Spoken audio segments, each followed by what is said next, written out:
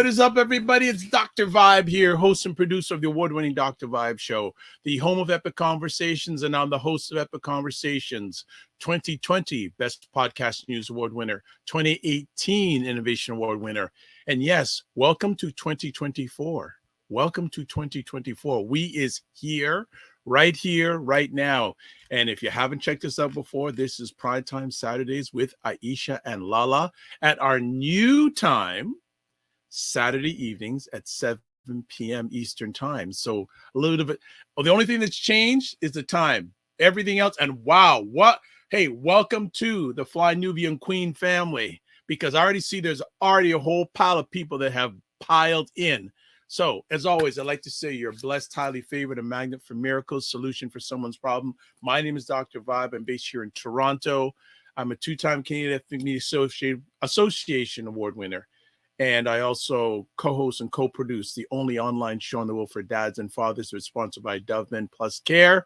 And in 2023, 2022, and 2021, reached out directly and indirectly to over 100,000 dads and fathers around the world. And you know what? I did win an award. This is one of the awards I won. Just want to prove it, people. I just want to make sure. I like to not only talk the talk, walk the walk, etc., etc. So want to say welcome to everyone who's watching live on the replay. This is going to be good. This is going to be good. So let's bring up the real stars of our epic conversations. Aisha K. Staggers and Laura LaLa Key. What's going on, ladies?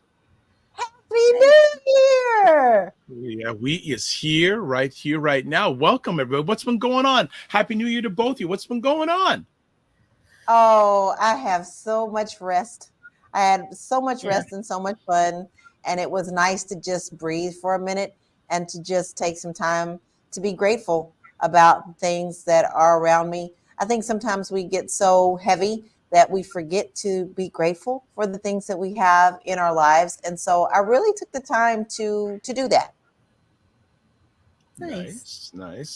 What was one highlight from your holiday? Just spending it with family, I think. My sister had been sick over the holiday, so she got better like right before. So we all just kind of camped out at my mom's house, Christmas Eve, and then New Year's Eve, which we do every year at my mom's. Just everybody just kind of spends the night there because nobody goes out, and you don't want to drink and drive, and so we all just cook dinner, have appetizers, and we did a 80s film fest. So what was one of the films? We watched The Last Dragon. Oh, wow. Oh, yeah, and Moving with Richard Pryor. Oh, I love that. Wow. We had announcements of 2 new babies in our family. So 2 of my nieces are expecting, and that is a beautiful thing. Is that the one that got married recently? One of them? Yes. Nice. She said they wanted to wait. Well, they didn't wait. Sometimes it just happens that way, right? Yeah. Okay. All right. Next subject, please. Thank you. Let's before we go any further, always please subscribe to the Dr. Vibe Show on YouTube and hit the notification button. Also follow the Dr. Vibe Show on Facebook, Instagram, and LinkedIn. Also, join the Primetime Saturdays with Aisha and LaLa. I got to change it to Saturday, not Saturday. Saturday Discord group. Please email me at dr.vibe at the drvibeshow.com. Also, make sure you check out the Primetime Saturday store. Got lots of products going on there. And also, if you want to advertise your product, business, or service on any of the platforms that I host, please feel free to do that. Email me again, dr.vibe at the drvibeshow.com. And there's another more announcements. Hit the Patreon channel. So, Aisha, you are the driver. Tell what people get when they join the Patreon channel. Well, now that it's set up and we've posted some videos, LaLa and I do a 10 and 10 every week where we post the 10 minutes of the 10 topics that we talk about on our Discord. But on Patreon, you get to see the full discussion. It's usually about an hour and 15 minutes. So that's extra content from us every week. And we have some, we get to cover the things that we don't get to cover on Saturday, and some other stories that we're watching, things that are interesting that we've heard about that people might not know about.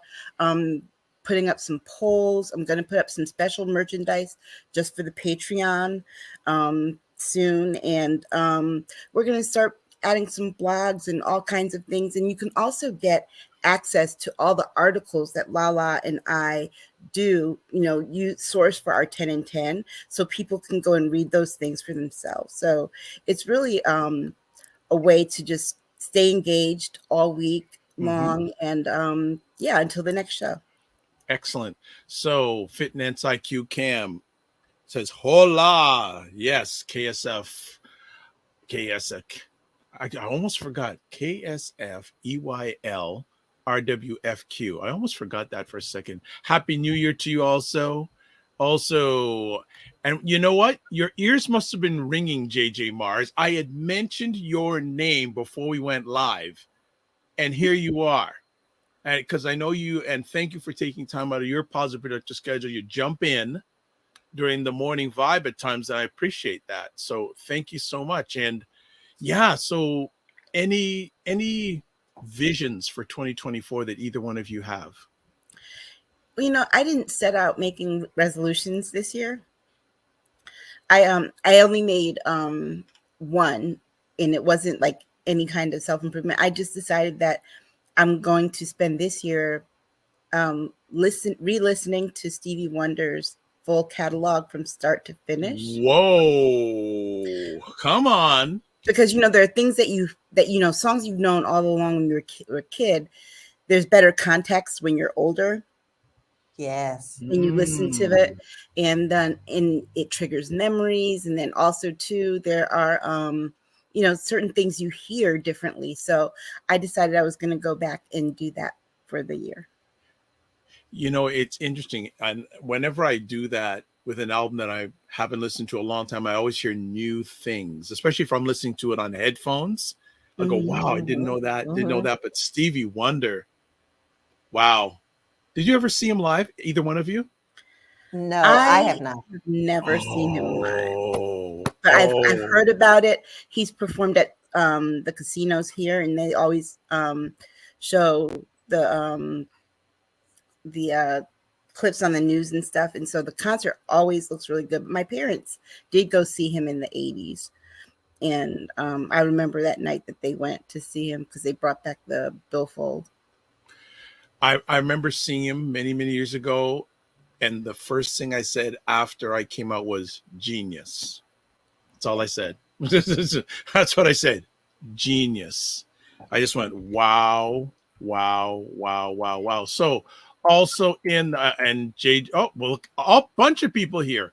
JJ Mars, Stevie is a classic act. And you know what's interesting?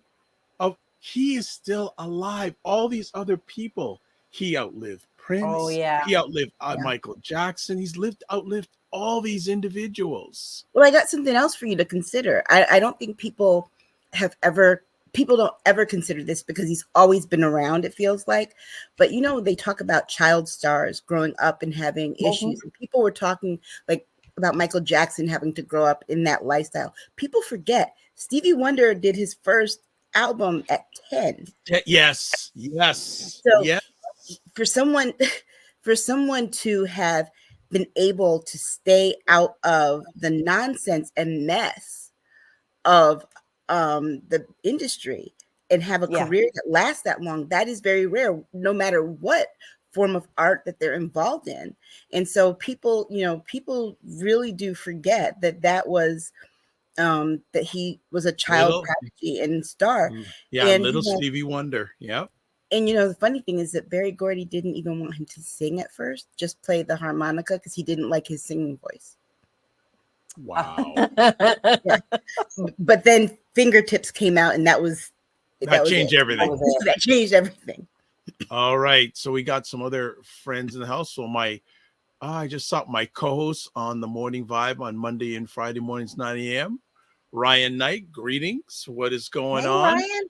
Hi, Ryan. And also There she is, host of Media Scope, the livest conversation about media, tech, and pop culture online.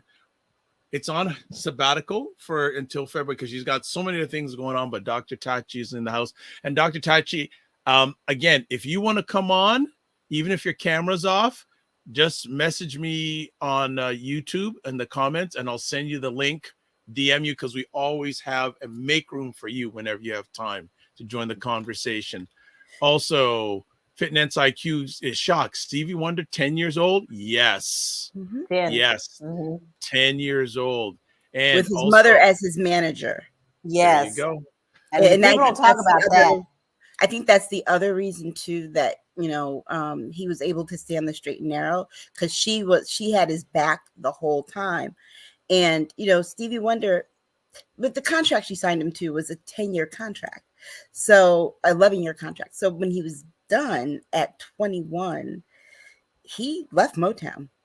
He threatened to leave Motown. He's actually the only artist who has never left Motown. That's true. He's still He's still on it to this day. But he, you know, he was like, yeah, I think I might go somewhere else. And at that time, they gave him the biggest recording contract in the industry for 1972, and it was $13 million. And that's when we got the classic era of Stevie Wonder, where it was album back to back to back to back. Yeah, you know, that's, and Aisha, I just piggyback on there's about 5 albums in a row that Stevie did. Mm-hmm. Just my opinion, can't be touched musically.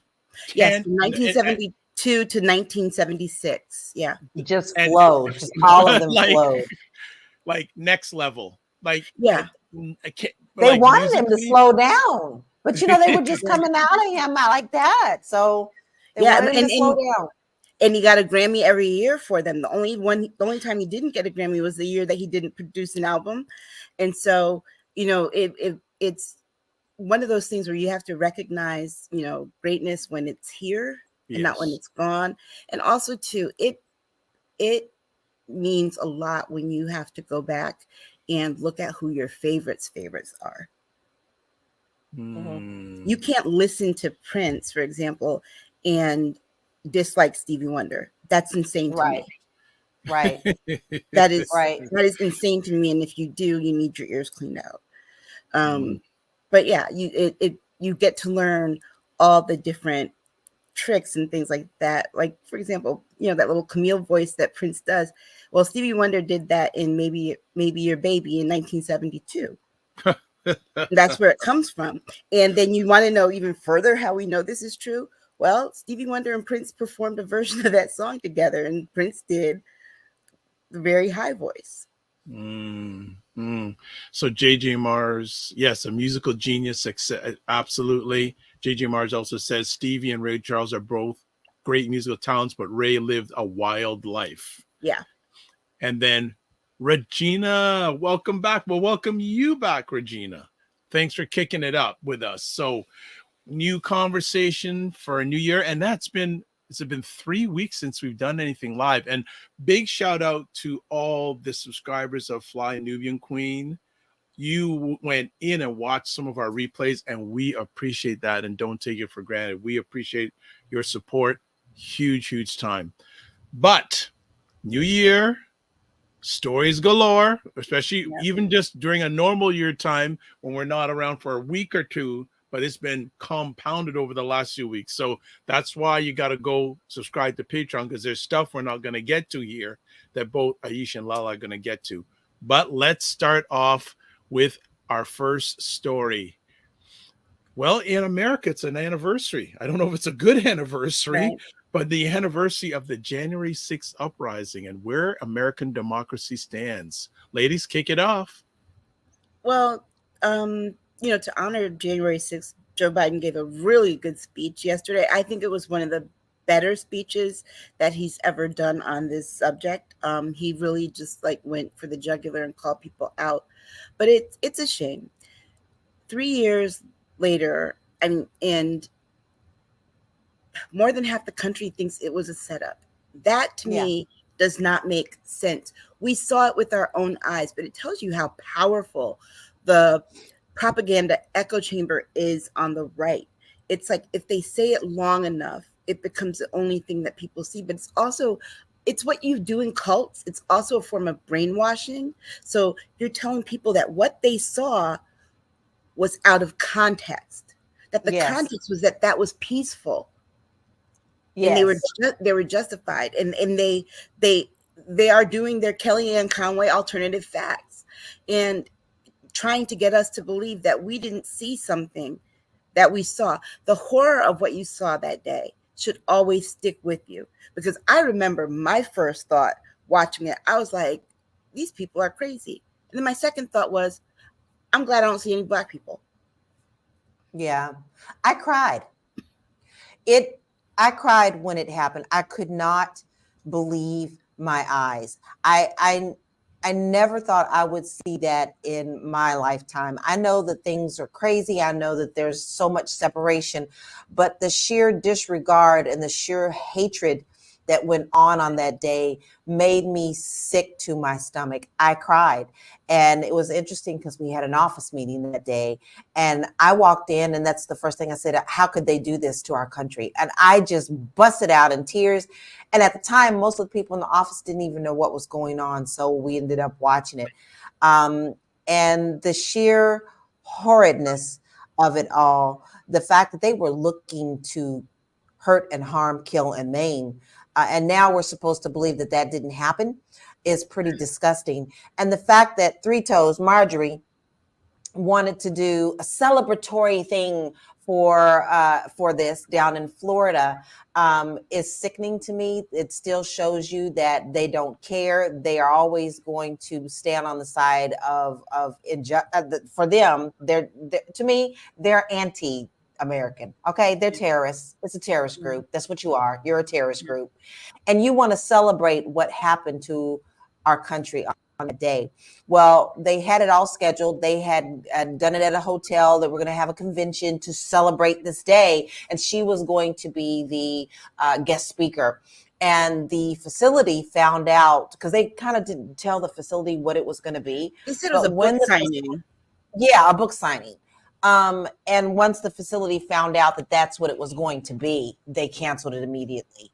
But there's no shame in their game. They still don't see anything wrong with it.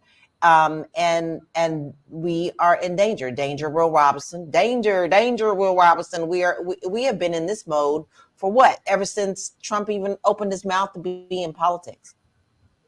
Yeah, you know, the scary part too is that I don't understand how they can sit here and say it was peaceful. They were scaling the walls. They were scaling the side of the building, carrying these huge Trump flags that they were trying to put on top of the Capitol building. Smashing windows, looking for certain people, carrying nooses. Come on. Relieving themselves in the chamber. Just horrific things. And then these people have the nerve, the absolute nerve, to refer to Black and brown people as animals. That was a freaking barnyard. Yeah. Well, okay, let me just jump in. Got some comments here. Ryan Knight saying, wow, it's been 3 years. And then JJ Marr says there were a handful of Black folks who joined these terrorists. Oh yeah, no. What I was thinking when I said that was because I knew that there would be immediate bloodshed if those were Black people. And that's why I was like, I'm glad it's not this, because automatically there's no reason as to why any of those people should have went home. Yeah. Exactly. So JJ Mars also says they wanted to kill the VP and members of Congress. Yeah. And it's sad because the Republican members of Congress, they were trying to kill you too. I know it. How are you defending this? That's what's crazy. They were after you. After you, and you still trying to stand up for this? So let me ask, it's been 3 years. Is America better 3 years after? No. Are we any worse right now? Where worse could be what could possibly happen in November. Right now, we're just maintaining. Yes. And that is the problem, is that we shouldn't have to, pray that our democracy holds or just try to maintain the status quo so that it doesn't get worse. We should be confident enough to know that as citizens of this country, when we have a free and fair election, that people can accept. You don't have to necessarily like it, but you can accept the fact that this is the president. I honestly in 2016 was like, I cannot believe this man won. I cannot believe this man won.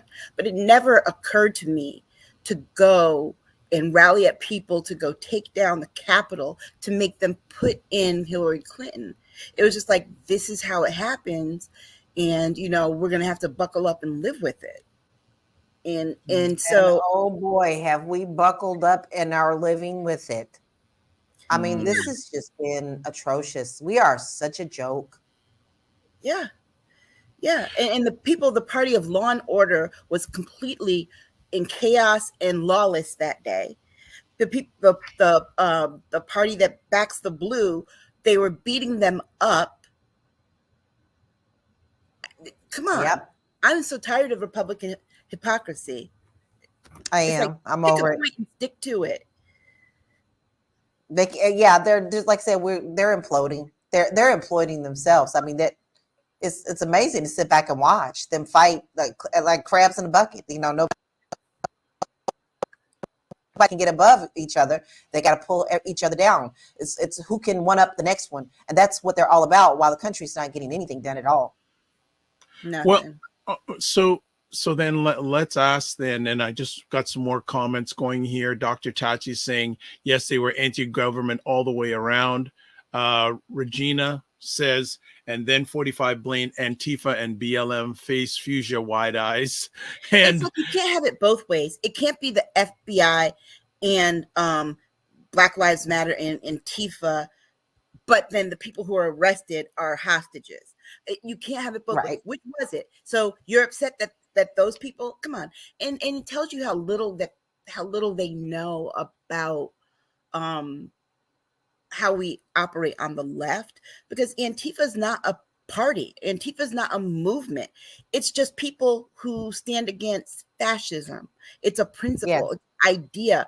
It's not a group. Antifa is not MAGA, and they're trying to make it their opposite equivalent, but it's not. And and blaming Black Lives Matter, well, we know that a whole bunch of the riots that started over in 2020 were started by Trump people who came to create chaos, and was proven. They were So they always like to say prove it. Well, yeah, we got proof. We caught you. And LA in particular, when we were going through all that stuff, we watched them come and put certain things in certain areas of the city so that they could just come and grab it and blame Black Lives Matter. It was so clear. We saw it on video. We saw it on the news. I saw it with my own eyes. So no, you're not going to blame us for that. Mm-hmm. Yeah. And so it just, I'm glad that Joe Biden's making the democracy argument. Clearly, the economy and all those things weren't working. I think the best case of action is for him to hammer democracy as the talking points on his end. Let Kamala Harris deal with the issue of choice, and then let his surrogates in Congress and in state races talk about the economy. I agree. Okay, so got some more comments. Dr. Tachi says the Republicans are controlled by the most extreme faction. The Republicans. I just love your analogies because that is perfect. The Republicans. I've heard that before, and I love it. Wow. I love it. Okay, so on a scale of 0 to 10, 0 being extreme fascism and 10 being great democracy, where is America on that scale with each of one of you on January 6th, 2024, 3 years after the January 6th insurrection, sorry. I think we're at a 5. And the reason I say that is because we can go in either direction. It's going to depend what happens in November. So ask that question again, December 31st of this year, because I think that if Democrats don't show up and we don't get our people out, I don't think people are scared enough of what Trump can do. Honestly, yes. I don't think they are. The fact that, I'm appalled at the number of young people who go on TikTok talking about they're not voting because they don't like Joe Biden. You know what? The reason that Republicans are able to retain power is because their people fall in line. Am I saying that you shouldn't stand up for what you believe? No, absolutely not. But don't be a dumbass and say that you're going to not vote and you're just going to sit out. And then you'll be the first ones complaining, oh, my student loans, oh, the opportunities, oh my God, there's no, yeah, voting does that. Voting does that. And even if you take issue with what's at the top of the ballot this year in being a general and the president, all those other down ballot races, the opportunities that are available, whether or not your zip code gets X amount of funds, those people in your state houses are running too. So, I just think it's really horrible that they're making these videos about how they're not going to vote. And it's kind of like people have selective memory. Did they forget how bad it was under Trump the first time? You think that was bad? He's telling us right now he's going to fire all of the civil servants and replace them with people who are loyal to him. When you do that, first of all, that's a whole lot of government jobs that go away for a lot of people. But then when you do that, you can't get it back. So have your objections to how Biden does anything. Yeah. Well, Aisha has a little more faith than I do because I give it a 4. Honestly, we are really going downhill because you see people's wants to be right or want to be a part of this imaginary thing that they have with Trump is stronger than their love of our country. When you have people who want their own agenda to be before our own country, you have a problem.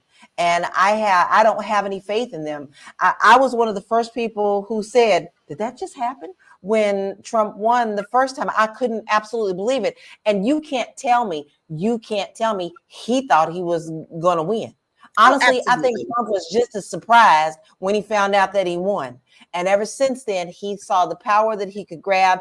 And the people who love that, who people thrust that kind of person in front of them, they don't care. They have no self-respect for themselves because they let this man talk about them any old way.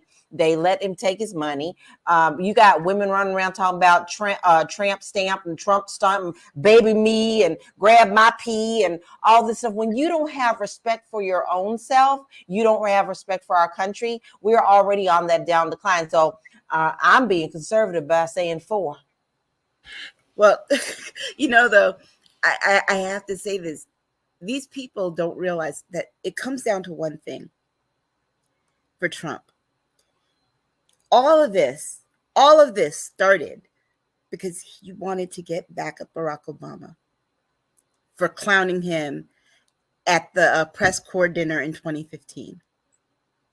This is what this is about, okay? Vengeance. And how do we know this? Because Barack Obama is living rent-free in his head, and every time he needs to talk about Joe Biden, he says Obama. So we know this is what this is. If he is doing all of this for that one piece of revenge, imagine what he's going to do if he gets elected again and he has even more people that he wants to seek revenge on. I would not be surprised if he started taking Democratic members of Congress and sending them to Guantanamo Bay. Well, I wouldn't put it past him.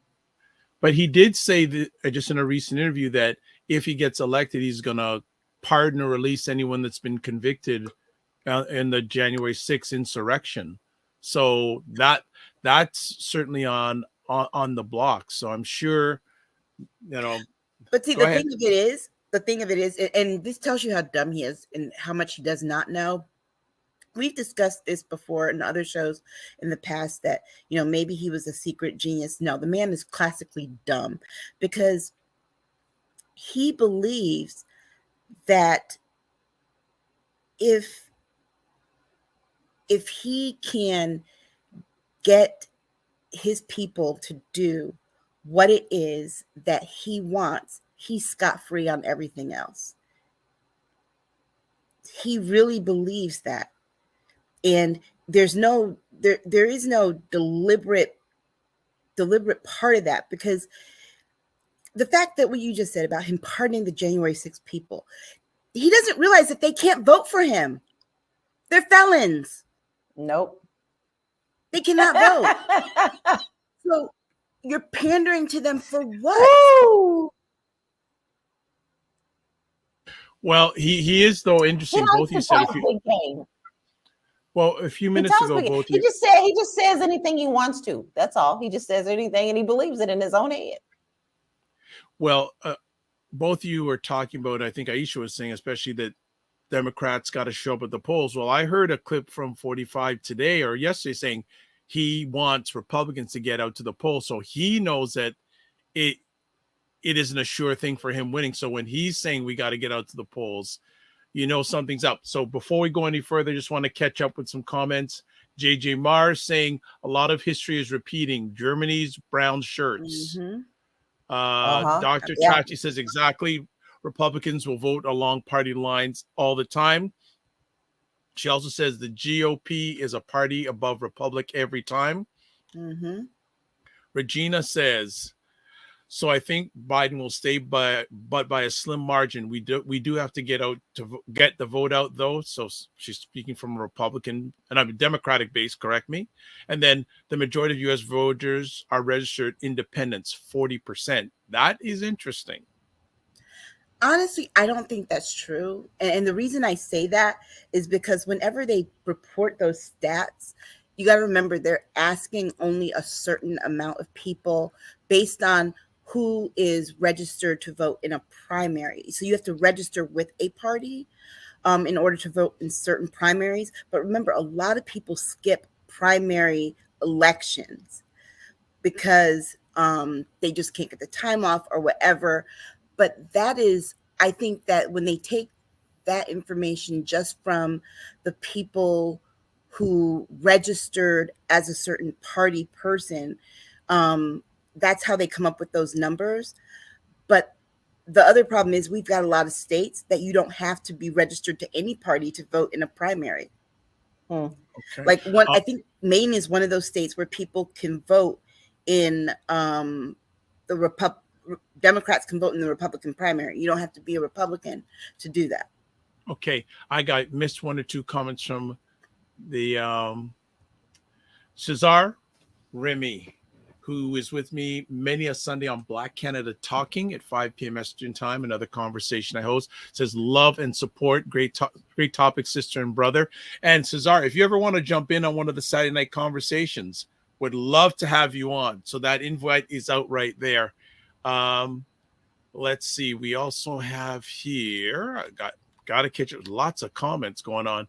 Oh, Regina also said earlier on, I do not trust polls.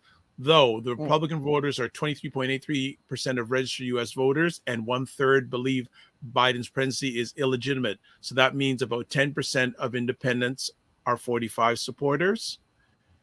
And what else? And I don't trust people who always say that they're independent. 9 times out of 10, when you probe them about their beliefs on things, they lean conservative.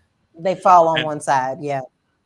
And new person we haven't seen before, IPV ADDT says, understanding that felons, they only want a pardon or to get out of prison. Remember, freedom is priceless. But they still wouldn't be able to vote for him. That's because they'd still be in prison at the time of the election. And so they wouldn't get out until after. But remember, voting is how you vote and everything. That's a state issue. So your state determines whether or not you can get back on the rolls and how. He can't control that. Okay. Regina says also all polls done by landline. Only 25% of us use landlines. Now, have an interesting comment here from Paul. Paul says, name one pale racist crime bill 45 placed into law through Congress. Name one. I'm waiting. Well, Paul, if you know so much, why don't you do it? Okay. Don't come here and play. Don't come here and play. We're not with the game. We're waiting for your answer too. All right. So January 6th, we're moving in now into an election year, and we will see. IPV ADT says, saying that to say many folks, especially Hollywood folks, take up for him, like his stance, or will look to try and vote for him as they don't want to face time. Okay. And then Paul responded back to her. She says, I don't have to. Then why we don't either. Exactly. Why are you here? This is our show. We could talk about what we're going to talk about. Troll on. All right. So let's move on to our next conversation piece. And what conversation has been the fire? Sorry. Dude is still talking. Okay. So, we knew he was voting for Trump. It's okay. It's okay. Okay, no. That doesn't hurt my feelings. Me either. Okay. So, just continuing on. Cesar says, thanks. Noted. Biden won by 7 million votes in 2020. 4 years later, demographic issues of new voters tend to favor the left Democrat, but social issues, be they about abortion or wokeness, immigration, can split as mobilized people to vote. Yeah, I think the challenge with this particular election is that last election there was just one thing that people were concerned about, and that was preserving the democracy and making sure Donald Trump didn't get in. Now there's that, but then there are also all these other issues that are part of the dominoes falling that were left by Trump.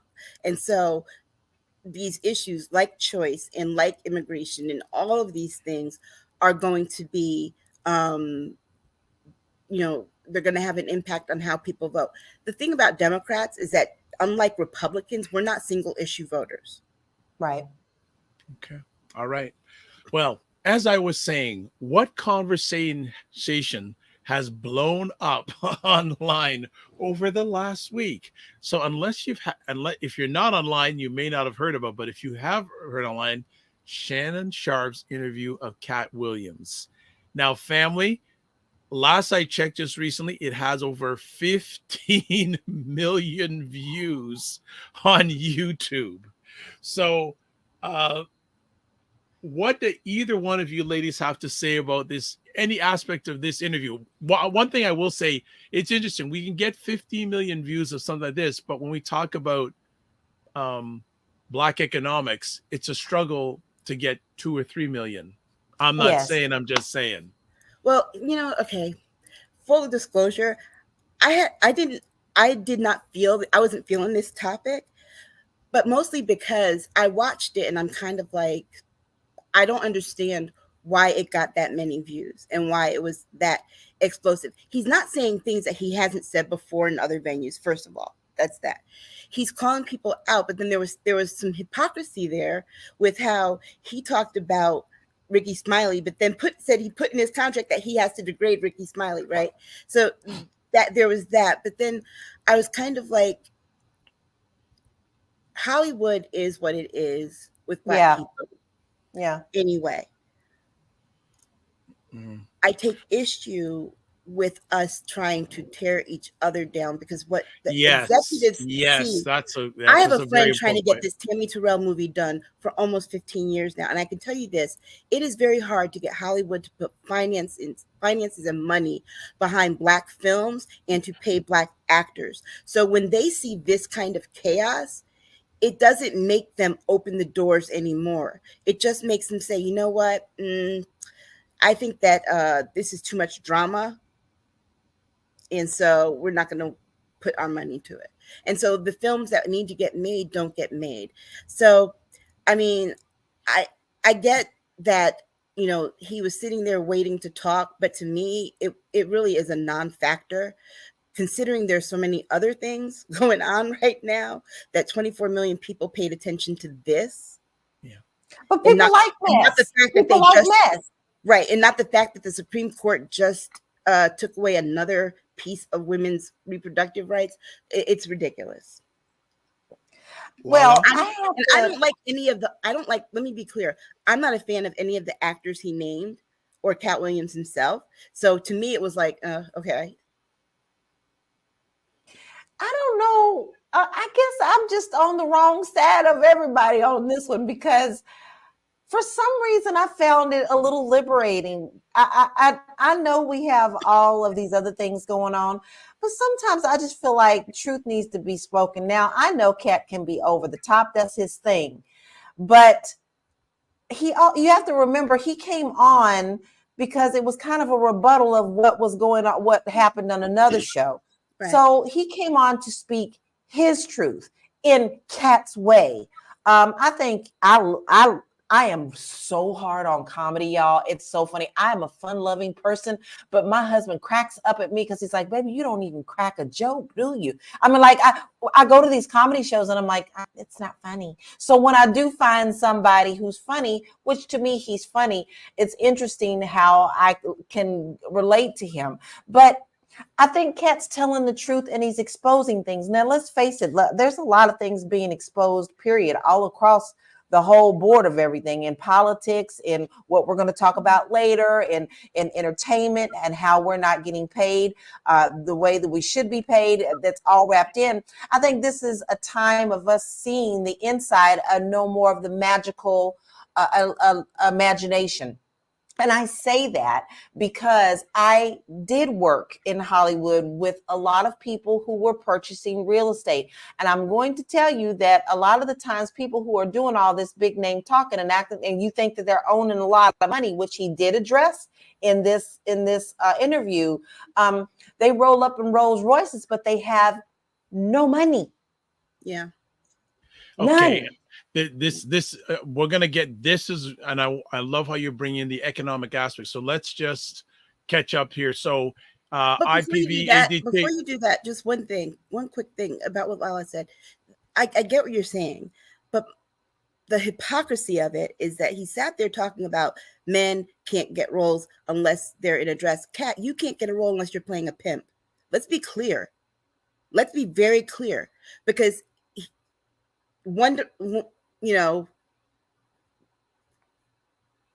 that's all. Okay. So just to catch up, IPV ADT says now it's 24 million views. And he also says, because it was all in one sitting down and you can tell Katt was waiting to speak his truth. Ryan says, agreed. He has been saying this for a long time. It makes you wonder why lies need to be told.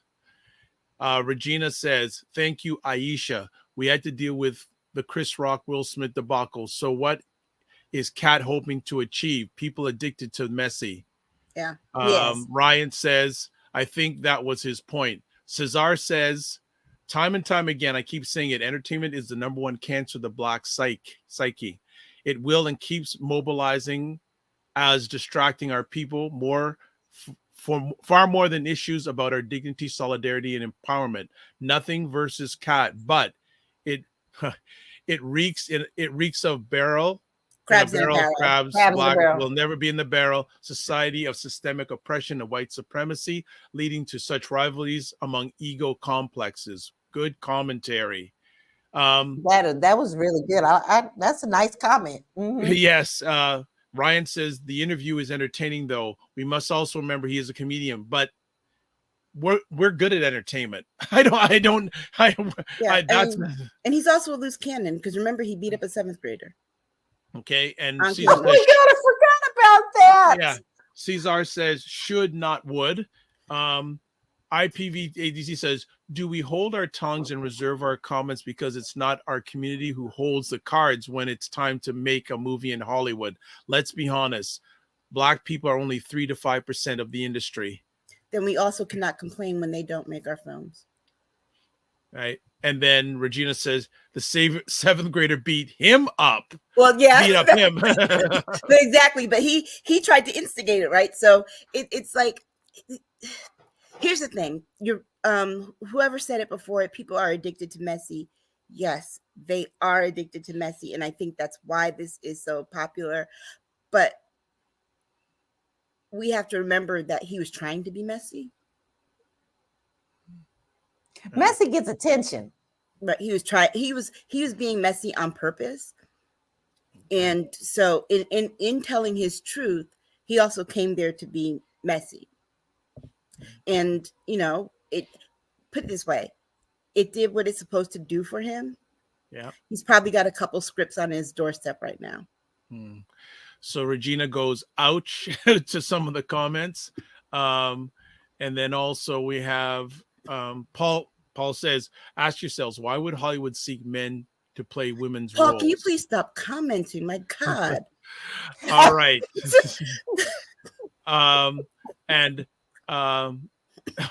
So Fitness IQ says, but did the seventh grader deserve it? LOL.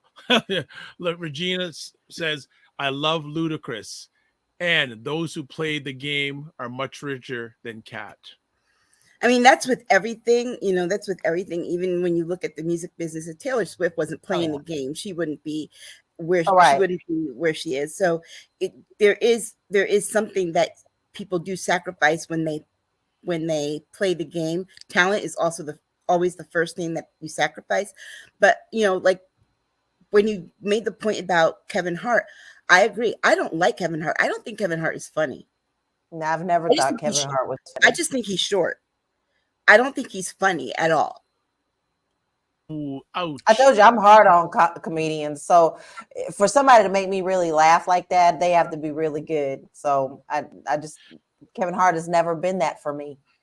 But let's give him a little bit of credit, okay? Because listen, I always like to try to take a positive with the negative or whatever. There were some people that Katt did call out for doing good in the community. Mm-hmm. And we don't want to forget that he also did call them out. They're not going to get that attention because people want to focus on the negative. But he did call out some people he feels are doing good and bringing other people in. And there have also been some other comedians that have come out that Katt has brought along with him and have brought receipts that said, he put extra money in my hand when he didn't have to. So not everybody is going to agree with what he said, but I also do want to make sure that you point out that he did have some good things to say about certain people, which I do like as well. Well, I appreciate the fact that he uplifted Mark Curry and told what Mark Curry had been doing behind the scenes that people wouldn't notice. And I didn't think of it until he said it, that yes, hey, the Steve Harvey Show was hanging with Mr. Cooper of the 2000s. And, yes, it was. And also what he said about Bernie Mac, because I don't think comedians now talk about Bernie Mac the way that they should and put respect on his name. So I did appreciate those things, but I believe that there was, he did have a point in being there, not just to rebut, but I mean, the way that he explained himself, you could tell he's a very strategic dude when it comes to his career. So to say that he didn't plan to go out there with barrels, blazing is impractical. I think that he knew what he was going to do. But the other side of it too is that he was ready for the blowback if there was any. Oh yeah. Now that's one thing. Katt will take blowback. He will. He does stand on that. He does not, he doesn't wince and he doesn't mince. That's what I say. No wincing and no mincing. Katt's just who he is. Okay. All right. Let's see if there are any more comments about this conversation. Okay. IPV8DDT says, old story that come out with something else. How many times should he be harmed? Fitness IQ goes, cognac makes you so brave. Okay. I wouldn't know dark liquor, right? That dark liquor is what? Truth serum? Yeah. Regina says, when Prince stopped playing the game, he lost money too. Yeah. IPVT says it right. And let's remember, Katt Gas pulled up many and has supported in the background without folks knowing anything. Shout out to Jen Myers. What is up? And then IPV ADDT says, Katt stands on business, true king of comedy. Yeah. But I hope that, he mentioned the thing about range. I hope that he gets other offers so we could see his range. Yes. Because he has financed his own stuff. Like, Katt has financed a lot of his own stuff. So, but I want to revert back to that comment Cesar made about the crabs in the barrel. This is Great example of that.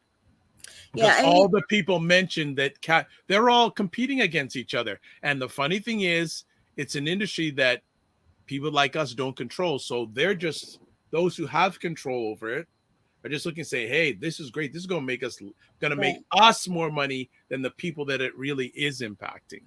Right. And that's one of the reasons why I do want to see him do something other than play a pimp in a movie. Or be the comedic relief, because remember, Jamie Foxx started out as a stand-up comedian. Yes. And now he does nothing but either action or drama. And good ones. His last ones have been so good. Yeah, and these are things that back in the 90s when he was on In Living Color, we never would have thought that he would have that kind of range, but it took getting an opportunity. And so I really, really hope that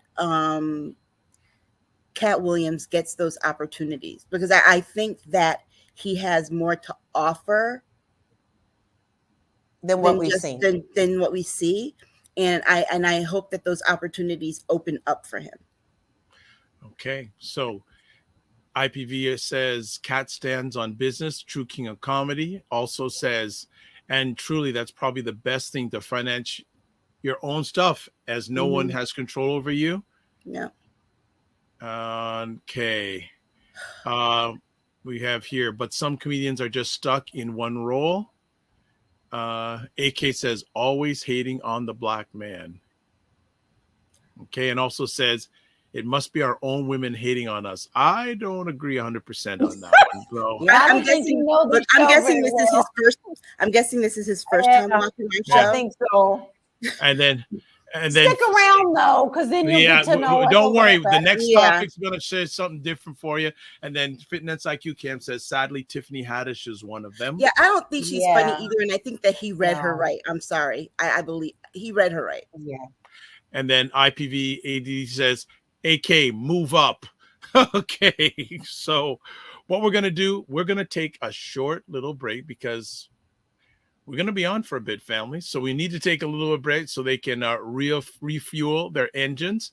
And we're going to be back in about 90 seconds after a little break. So hold tight on Primetime Saturdays with Aisha LaLa, January 6th, 2024 edition, now live at 7 p.m. Eastern Time on Saturdays, 4 p.m. Pacific. We'll be right back. You know, and that's what I feel like. You feel like you're the Harriet Tubman of the mind. I am. I feel like I'm one of the Harriet Tubmans of intelligent black people. Like, I want to liberate y'all from like being left behind and ignored and oblivion. No, really, the rappers get all the attention.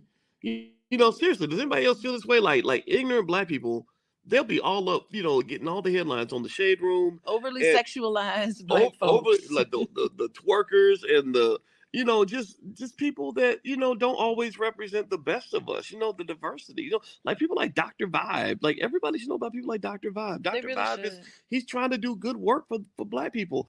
Dr. Vibe from Toronto. Good to see you, my brother. Dr. Vibe. Everybody follow Dr. Vibe. He has a great show. He's very good at what he does, and I have a lot of respect for him. Okay, so let me hop into this. What's up, Dr. Vibe? How you doing? Everybody, if you see Dr. Vibe in the chat, everybody go follow the Dr. Vibe show.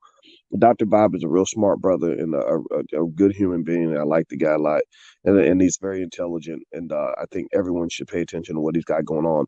We got to shine the spotlight on the intelligent black people out here that are really doing the good work. Don't just pay attention to the rappers and the celebrities. You know, a lot of these people are losers. Your true winners are your people in your community that are really having your back. You know, helping us to have stronger families and a stronger community. So Dr. Vibe is in that category. So you might see the Dr. Vibe show in this chat. If you see him, please go follow him. Okay. All right. So anyway. All right. Thanks, Dr. Boyce. Dr. Alicia, we're back on Primetime Saturday on January 6, 2024. Thank you, everyone who's checking us live on the replay. It's appreciated, not taken for granted. And Lala, she goes, Lala, what you drinking? LOL. Coffee. And you know what? I'm not going to be able to sleep tonight, but I just wanted coffee. Okay. Girl, I'm only drinking coffee tonight. Okay. So this is a whole other conversation topic, but it continues on in all the realm of Black individuals not having control for a lot of people. The shortest tenure of a president of Harvard, Harvard President Claudine Gay announces resignation amid plagiarism, accusations, Congressional testimony. Who wants to start on this one? They wasn't gonna let her do it. They wasn't gonna let this happen. Okay, as someone who worked in higher ed, this was very disappointing. My sister also works in higher ed, and the number of Black professors, period, male or female, is small across the country. The number of Black female professors is even smaller. The number of Black women who are college presidents, even smaller than that. And so for this to be the first Black president, first Black female president of Harvard, of an Ivy League on the East Coast, Yale hasn't even had that. And Yale's in my hometown, which is a predominantly Black city. This was deliberate. Now we know it is deliberate because all the stories are coming out, is that the guy who started this really was about trying to abolish DEI from the hiring practices at these elite universities.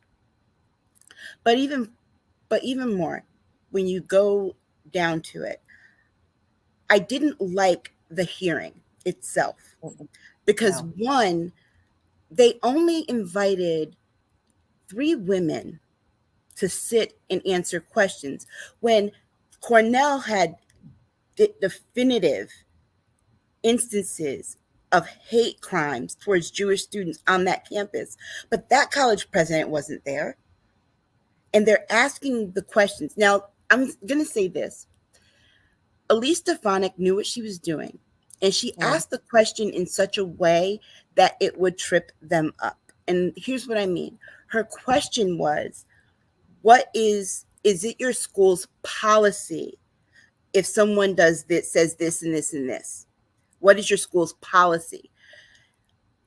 And that would create conflict for certain people because it's kind of like, well, the policy is this. I don't necessarily agree with it, but the policy says this. And when you start, and you're in any kind of administration in higher education, when people ask you about the policies, there are certain things that you can and cannot say legally.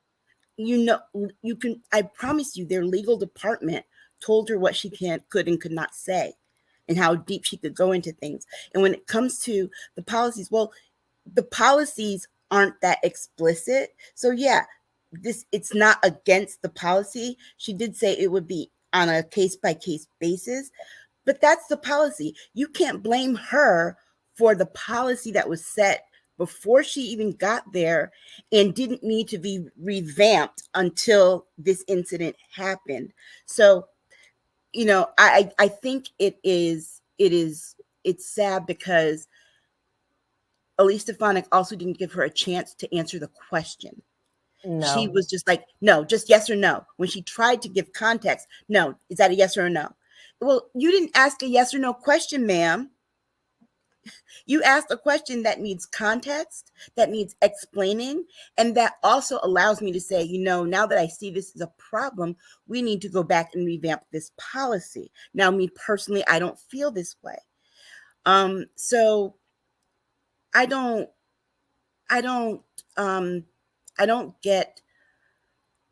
get why she resigned because sometimes it's just not worth it. But Stinky Stefanik and the rest of them got what they wanted. They wanted this Black woman out of the presidency of Harvard because guess what? There's some mediocre white man somewhere who thinks that job is his. I can't come after that comment. That was absolutely perfect.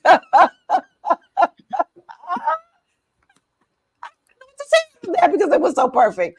I just know that when they're out for the winch hunt, they always win. And for her to probably keep her sanity, she probably has better things that are going to be afforded to her by stepping down. I think, honestly, for her own mental clarity, this probably was the best thing for her to do for her own self. Well, they also tried to call into question her research and say that she plagiarized. the person that said that said it was a big lie. And let me be very clear.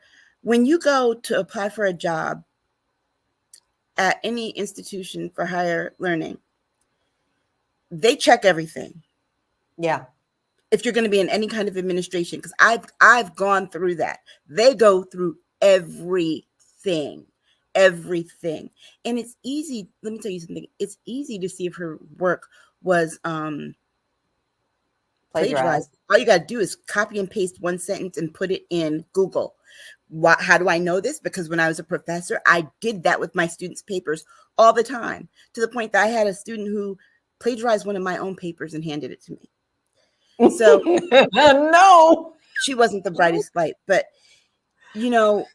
it turns out that one of the people who led that charge about the plagiarism, his wife plagiarized her research and that came out. So it's kind of like, oh, you assume that because you all do it and get away with it, that we do it too? No.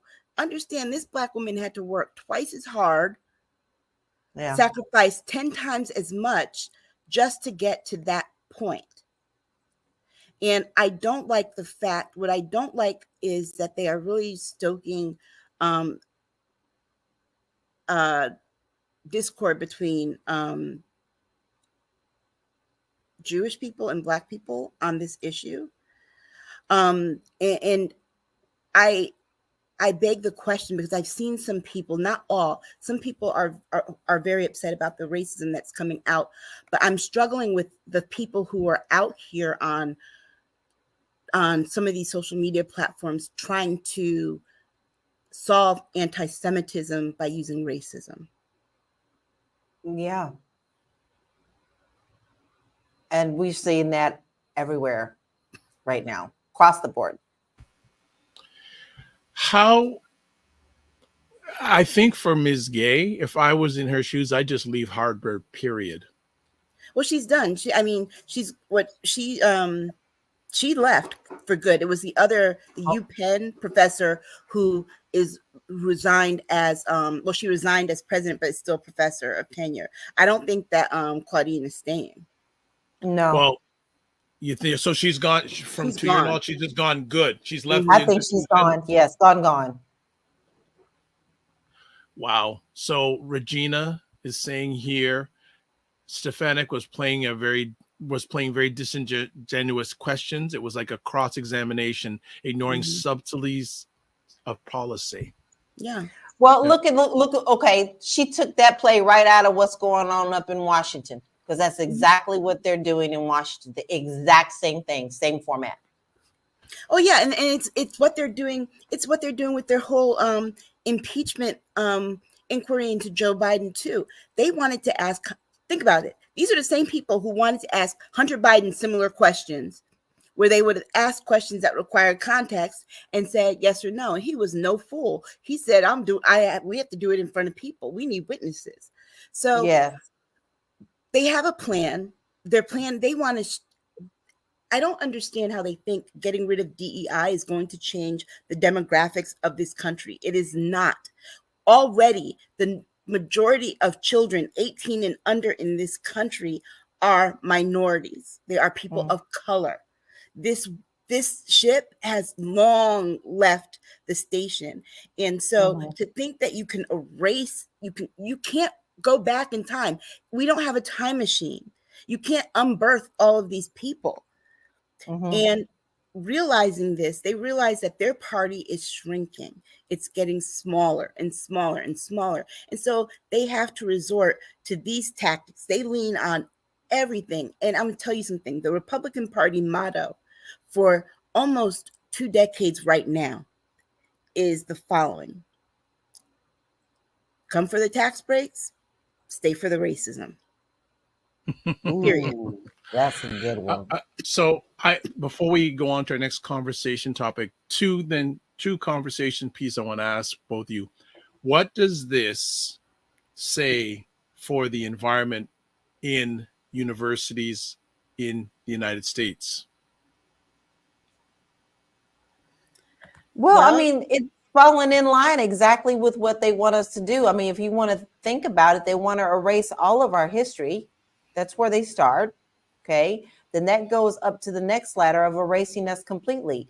They don't want us to have anything. If they had their choice, we would be going back to the 1800s. So in their eyes, they're putting us back in our places. This is going to continue this way, and we just need to be strategic about how we're going to play this.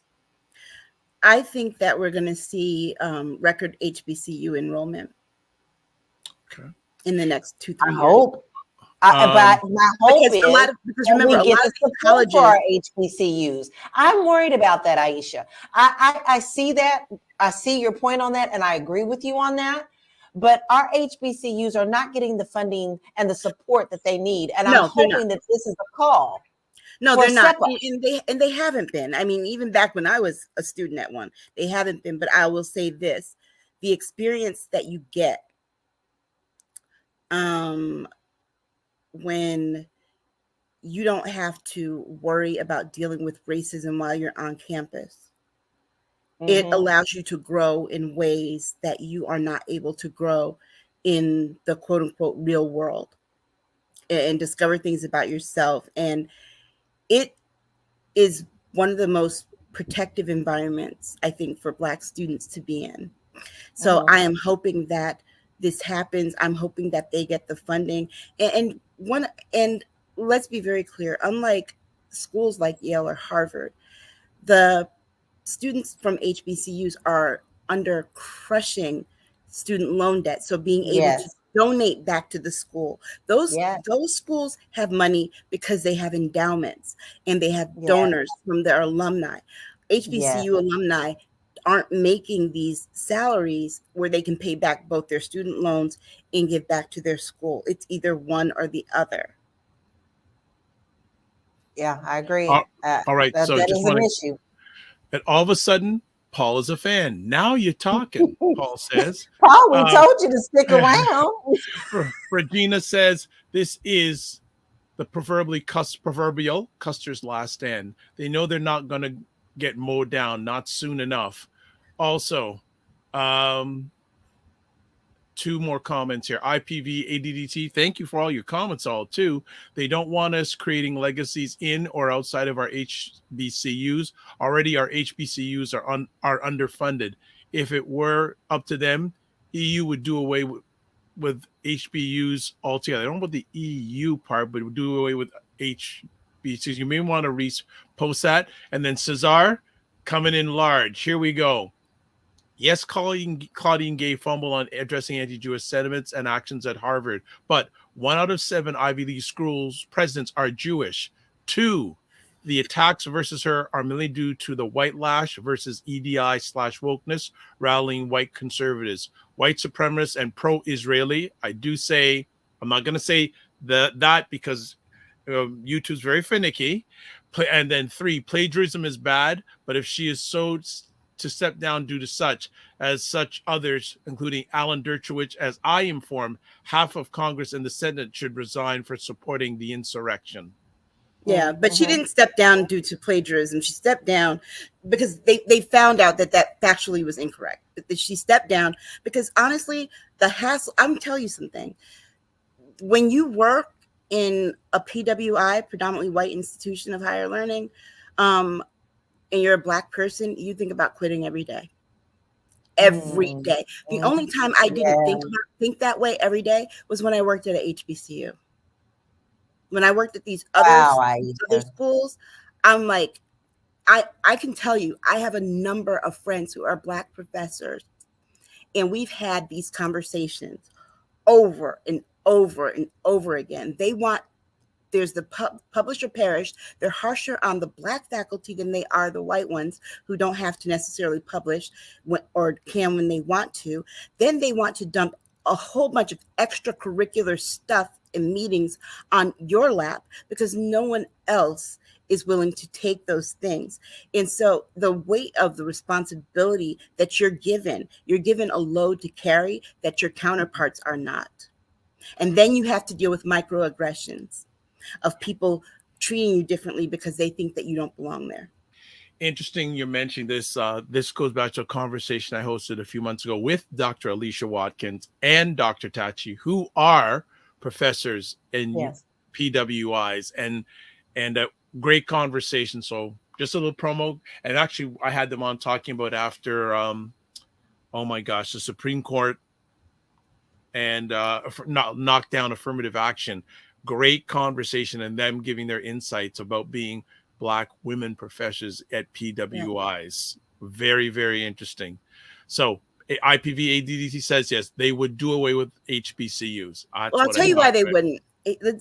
Got to understand, a lot of these HBCUs are almost 200 years old. They haven't gotten rid of them yet. The time to get rid of them would have been after Reconstruction, but that's when they were founded. They won't get rid of them, a lot of them, because they are land grant institutions, which means they help the state to qualify for more federal funds. So as long as they're designated as land grant institutions, and the majority of them are also historical monuments and have historical markers, they won't get rid of them. All right. Let's move for our next conversation topic. This topic never seems to go away, and I think it's going to be around for a long time. Epstein documents released with the names of very high-profile people listed. Who's up first? I didn't get to read the full list. Because it's a lot. It is a lot. It's a lot. And some of the names surprised me. I'm just like, I know everybody was scared the night before. I know a lot of people were just worried. And, well, you know, you are the company that you keep. Yeah. And it's really hard knowing, you know what this island was all about. You just know what it is. It's very hard for me to not see, I don't know how to say this. You know, there's some of the people, you know, people like to be around people with money, especially people with politics. You know that somebody's going to grease their palm. That we all know that ain't even a lie. Everybody's getting some money for something that they want. So I can't say that all of them were participating in the actions that we know Epstein is for. But if you're in that situation, it's hard for you to say that you wasn't, because it's so well known that that's what's done down there. And you have these women who have come out and told people, downright told names. And these people were saying, no, I never went down there. No, I never went down there. And now you have the receipts for it. It's pretty disgusting. This is one of the most sickest, just foulest things that I have ever seen. And to know that people were hurt the way that they were hurt, and so many people signed on to being around these people, knowing this is what they were also known for. So at some point, you do know what somebody is doing, because there's always going to be whispers behind the scene. Okay. So money or no money, if you choose to be a part of that crowd, then you have every right that everybody's looking at you with a side eye.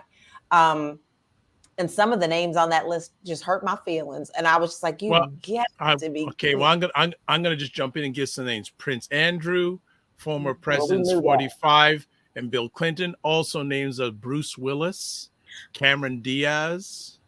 I'll tell you who wasn't on the list. Kate Blanchett, Kevin Spacey, Naomi Campbell, and Leonardo DiCaprio are also mentioned in the records. I'll tell you who wasn't on that list. Tell it, Aisha, tell it. Barack Obama. Yes.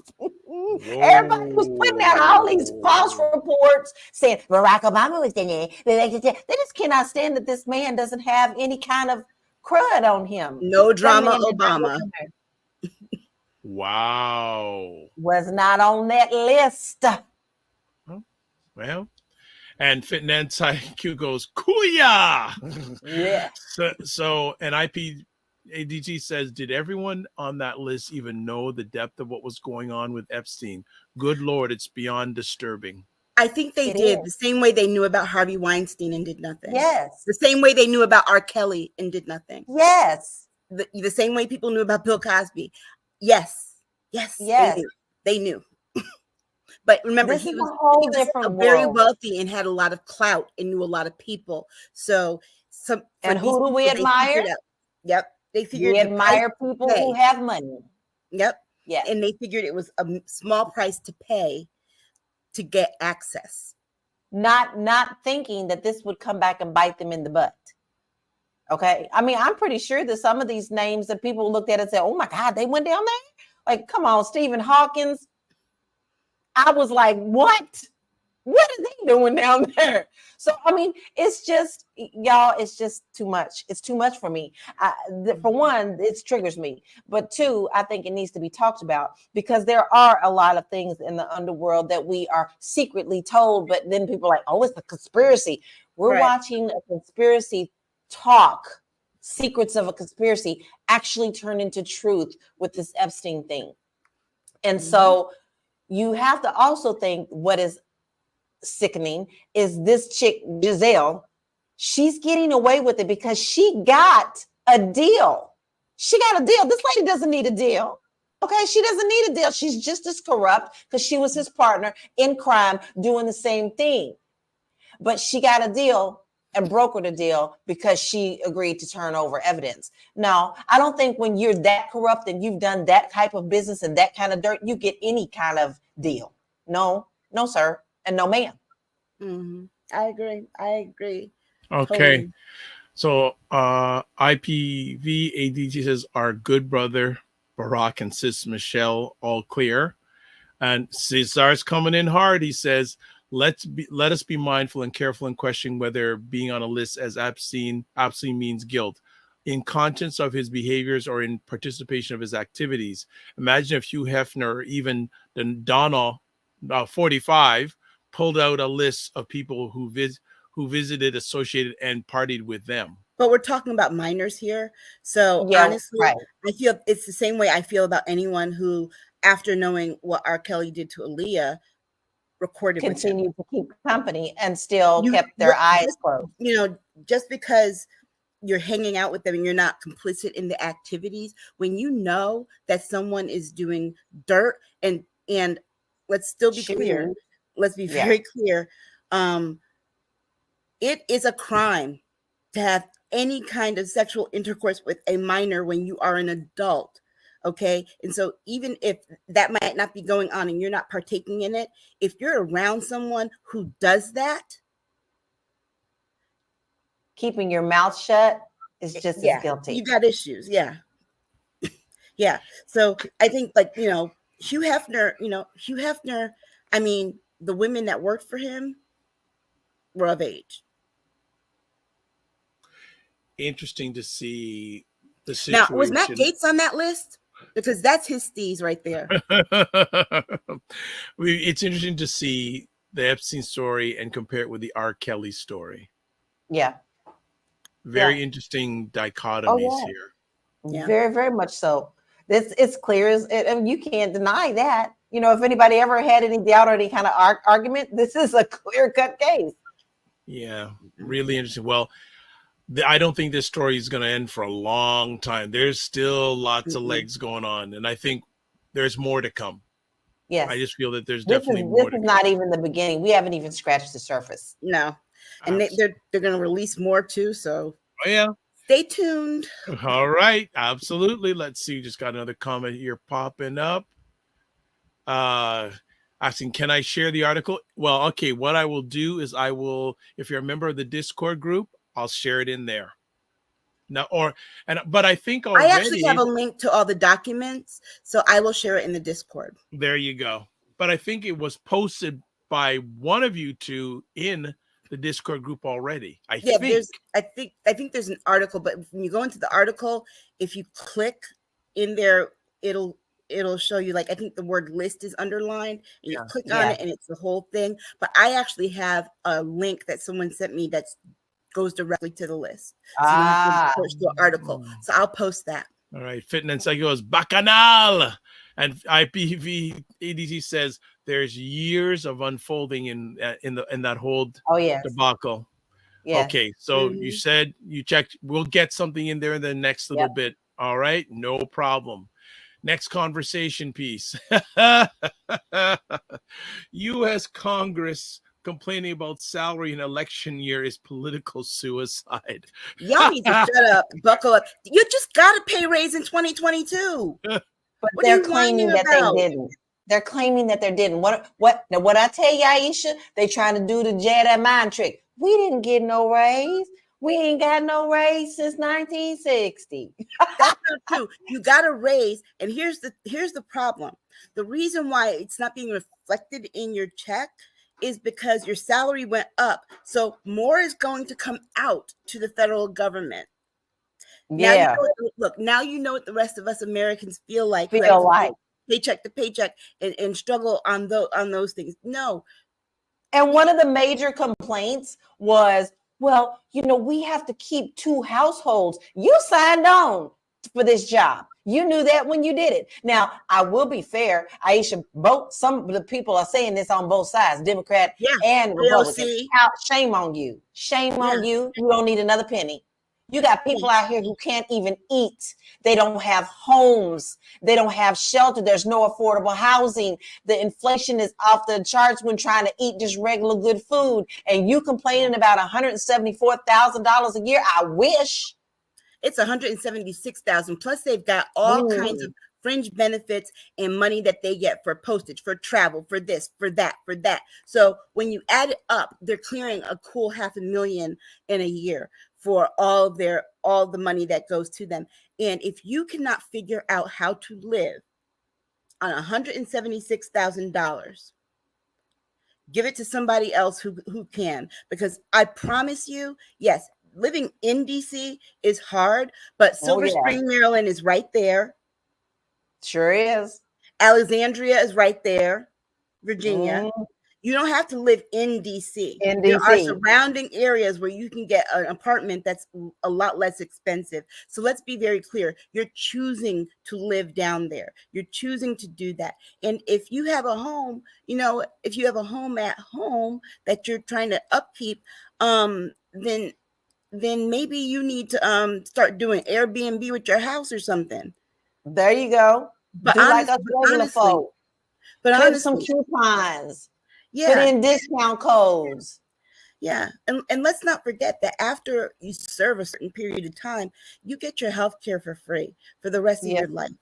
You're covered. So stop the BS and stop the whining.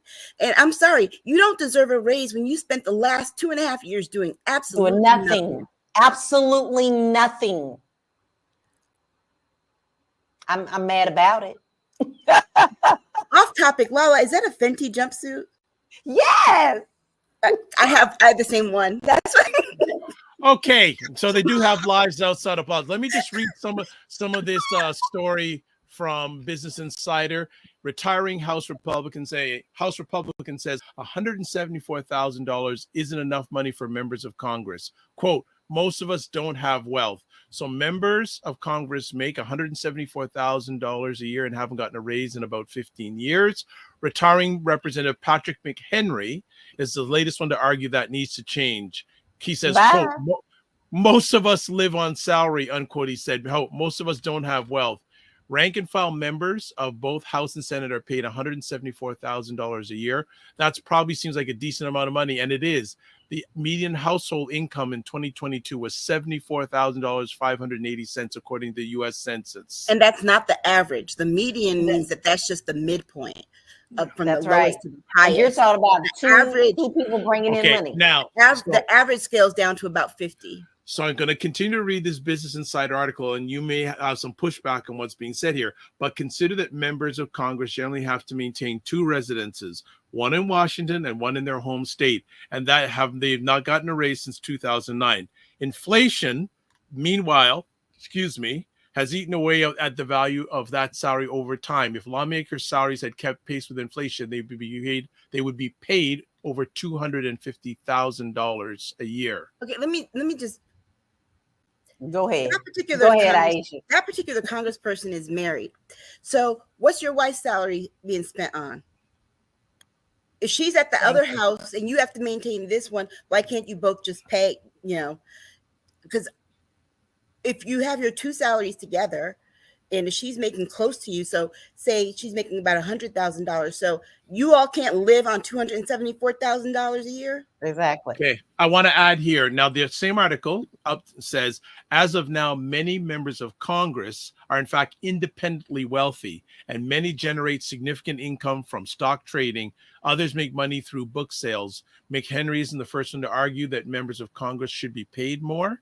Democratic Representative Alexandria Ocasio-Cortez of New York has long pushed for a pay raise for members of Congress, arguing that it's a safeguard against corruption and makes lawmakers less likely to seek income through stock trading.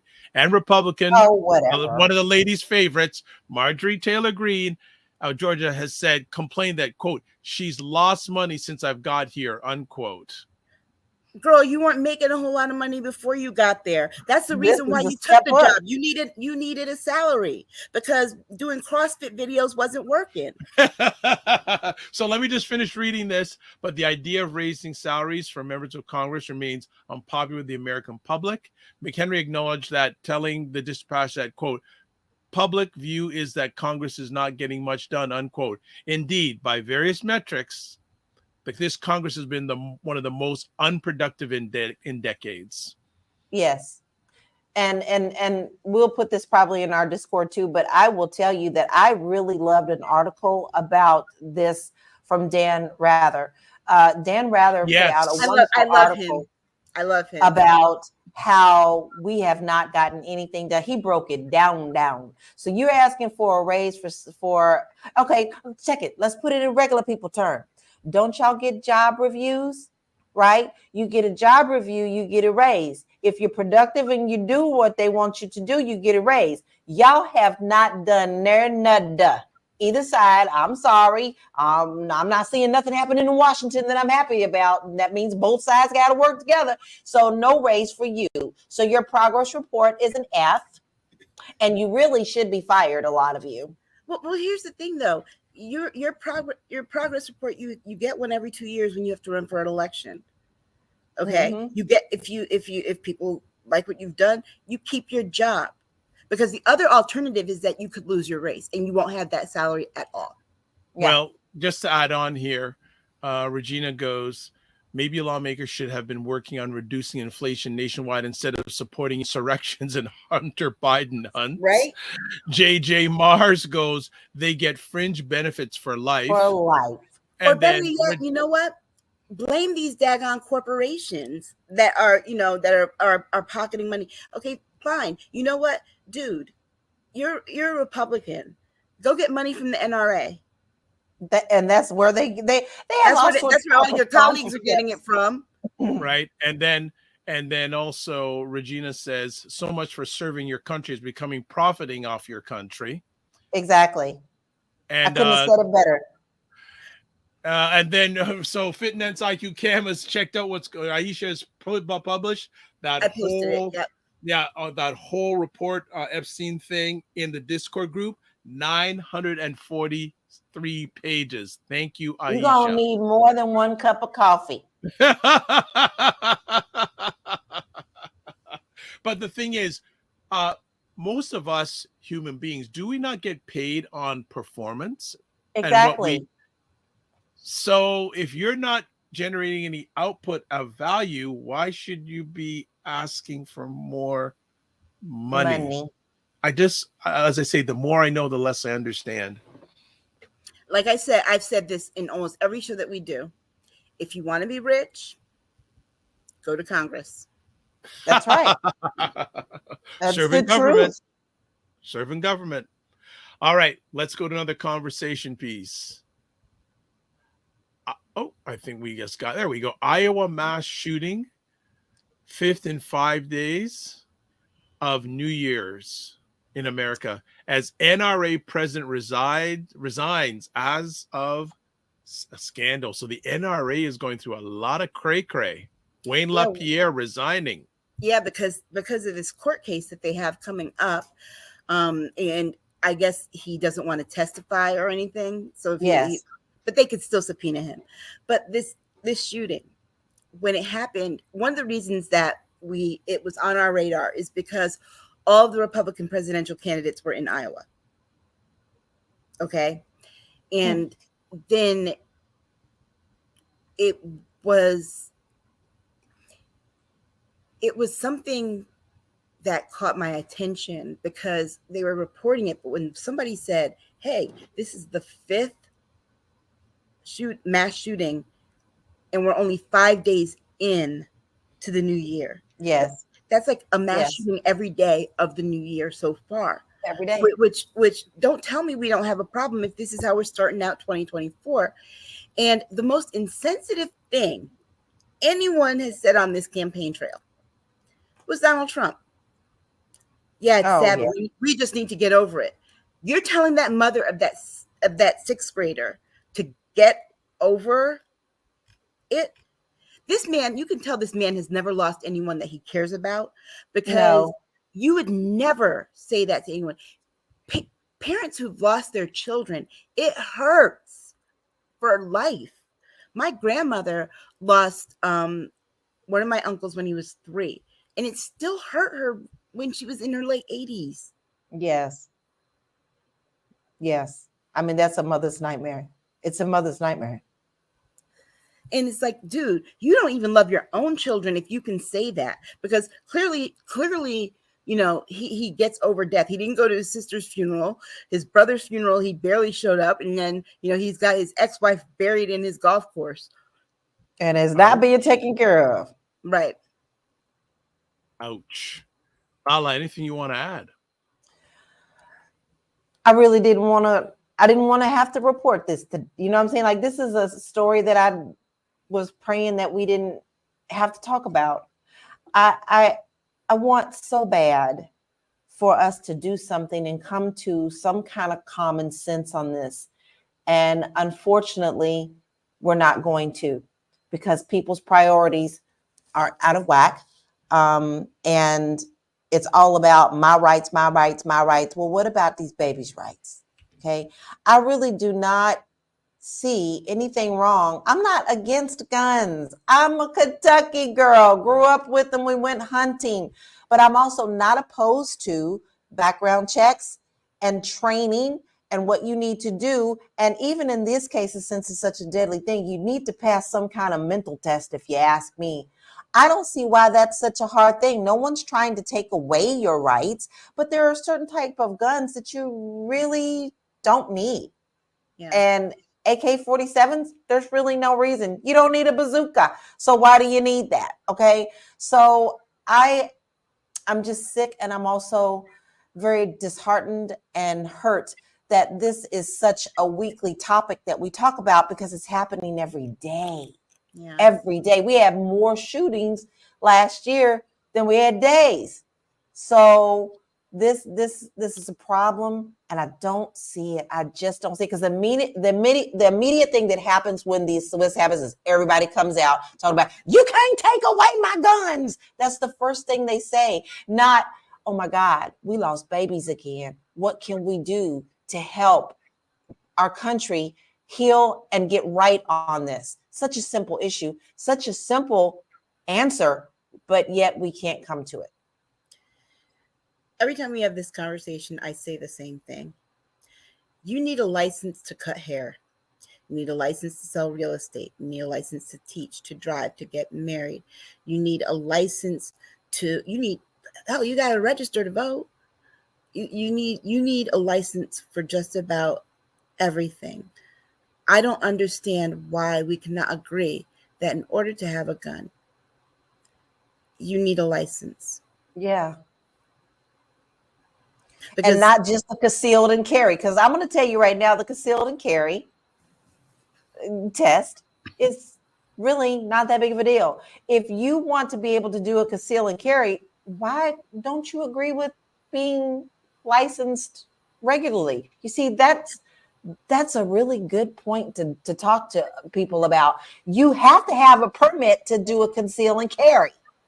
Okay, you don't have a problem with that because many people are doing it, but yet you have a problem with just simple gun ownership. It just continues on, and obviously there won't be a short-term solution. No. Paul, can you please take off all caps? I'm sorry. It's hard to pay attention to you and everything is in all caps and it looks like you're screaming at us. Yeah. Yeah. But I think he is screaming at us, Aisha. But yeah, okay. If you don't mind showing the comment, he's saying banning certain guns is like banning certain beers, not happening. Dude, it happens. Connecticut, we banned assault rifles after Sandy Hook. And guess where the gun manufacturer that was here that was making them went? They went to South Carolina. South Carolina, the crime is higher in the red states than it is in the blue states. Yeah. Just saying. So I don't understand his question. I'm going to put it up. How many of us drove a vehicle before we got licenses? Me, because I drove a tractor. I grew up in the country. Yeah. Did you just not hear what I said at all when I told you I'm not against gun ownership? But Paul, that doesn't mean it's legal. Because if you get caught driving a vehicle before you get your license, in most states, you can't get the license for a while. So he then asked, so there's none left in that state? No guns left in that state. I didn't say there weren't no guns. I said they banned assault rifles. You cannot buy one. Assault rifles, yeah. No, you can't buy one here. No. Okay. Let us move to our last conversation piece for our first episode of 2024. US FDA approves cure for sickle cell disease, the first treatment to use gene editing tool CRISPR. I just think this is such great news. I did. Yes. I have a friend that I went to FISC with, and she didn't tell us at first, so we learned after a while, but she was born with sickle cell. And one of the things that she told us was that they did not think that she was going to live to be 21. Yeah. Wow. And so we celebrated her 22nd birthday, and that's when she told us that. And I'm just so happy for people like her. I had a cousin that passed away right before I was born, who had sickle cell. So yeah, this is good news. Good news. This gives people a new lease on life. And these are the stories that I love, because you finally feel like something in science is being used for good. Me personally, I also believe that they can do the same thing with cancer. I really do. And I'm praying that this will go in that direction as well. The things that are going on with CRISPR are amazing. And the fact that it is proving to be able to help people with quality of life and to live longer is better. Someone actually said they're looking forward. I read the article in full, and they said they can't wait. And one of the test subjects says, I can now run where I never thought that I could do it. I can do everyday things that people do and take for granted, knowing that I have this. So I'm more than thrilled with this article, and I will be keeping my eye on this very closely. I think more good things will come out of it.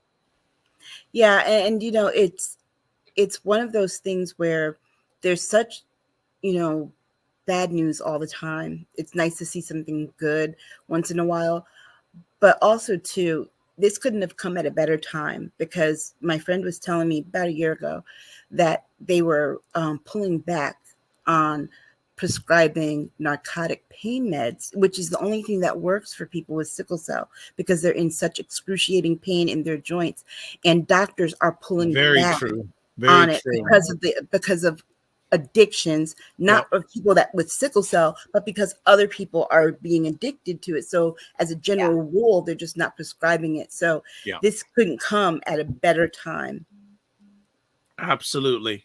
It's very, very true. So, and Regina says, hurrah, had many students with sickle cell. They suffered so much pain. And she says, hope that they can wipe it out. Well, I hope it doesn't take the long road that it has with getting a cure for cancer.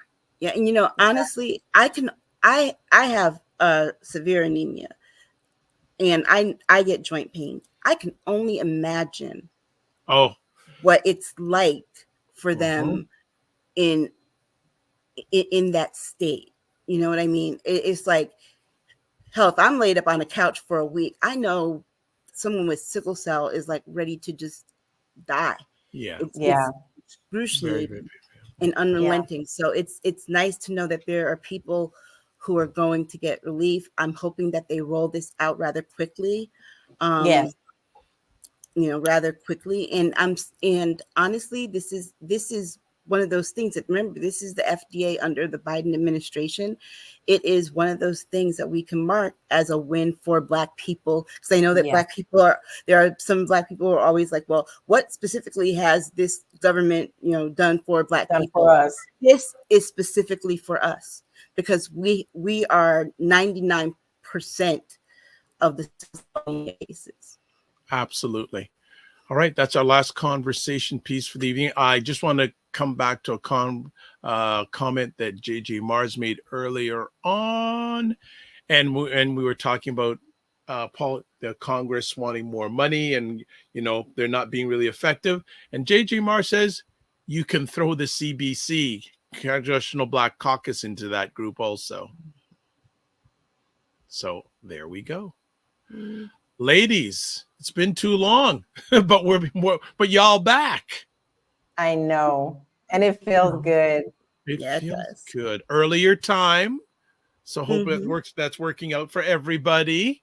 The earlier time, so this is all good. So before we let everyone go and we shut it down, let's do what we really do all the time. Lala, how can people get a hold of you? You can find me on all social media platforms under Living the LaLa Life. Oh, wow. That makes it real easy. Next up, Aisha K. Staggers. I am taking a sabbatical from social media. So you can find me on our Discord channel. You can find the Patreon, all of that stuff. And yes, Regina, I will stay safe from the snow. We're expecting a foot here. So okay. All right. That is absolutely fantastic. And myself, Dr. Vibe, how can you get a hold of me? Website, the drvibeshow.com, YouTube, Facebook, and LinkedIn, the Dr. Vibe Show. That's THEDR.VIBESHOW. Instagram at the DRVIBESHOW, and also X at DRVIBESHOW. Let's get some few last comments in as we have here. Just scrolling down here. Yes. Regina says, Aisha, stay safe from the snow. Snowing hard here in New York already.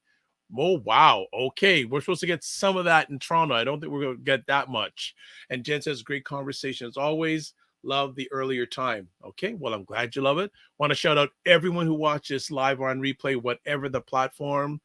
And Cinnamon Canella says, I think you're saying, I don't know what that means. Nighty night, maybe? I don't know. Whatever that means. So before we close it down, just a few last things.